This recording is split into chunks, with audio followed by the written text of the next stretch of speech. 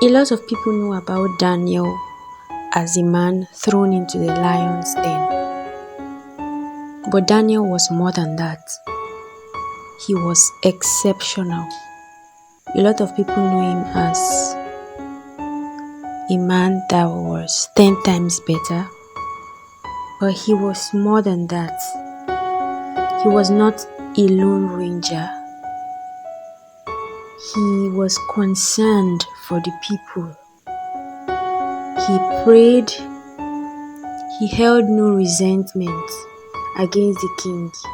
You remember when the king threw his 3 friends into the furnace of fire? Right after that, the king had a dream. Daniel had no resentment towards the king.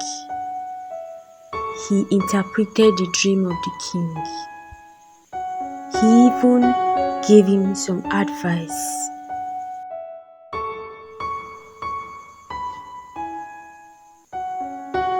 Daniel ruled during the time of Nebuchadnezzar, Belshazzar, Darius, and Cyrus.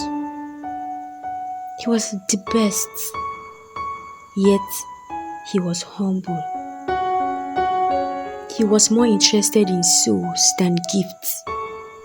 In chapter 5, he did not hold any grudge against the king. When the king came running to the lion's den in the morning to see how Daniel was and panicking and all, Daniel replied him, "O king, live forever." This was the king that ordered them to throw Daniel into the lion's den. Daniel was still humble even in the face of death. Daniel was not out of the lion's den when he said, "O king, live forever." He was still there. The spirit of humility in Daniel. Daniel was relevant on earth and recognized in heaven.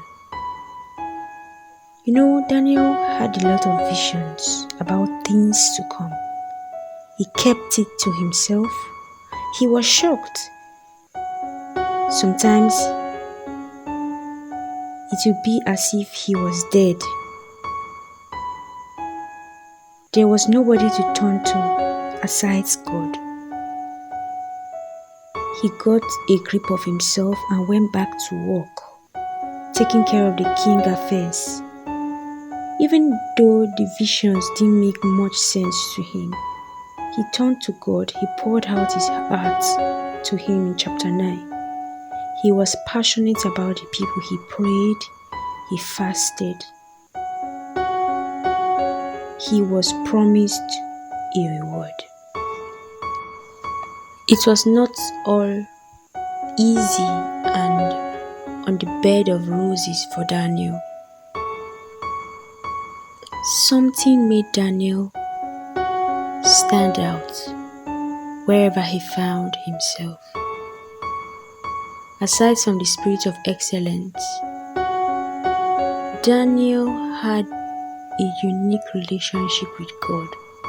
So when next you're studying the book of Daniel, take note, aside from the excellence and his achievements, take note of why God chose Daniel, why God gave him those visions of things to come, the revelations of things to come. Why Daniel?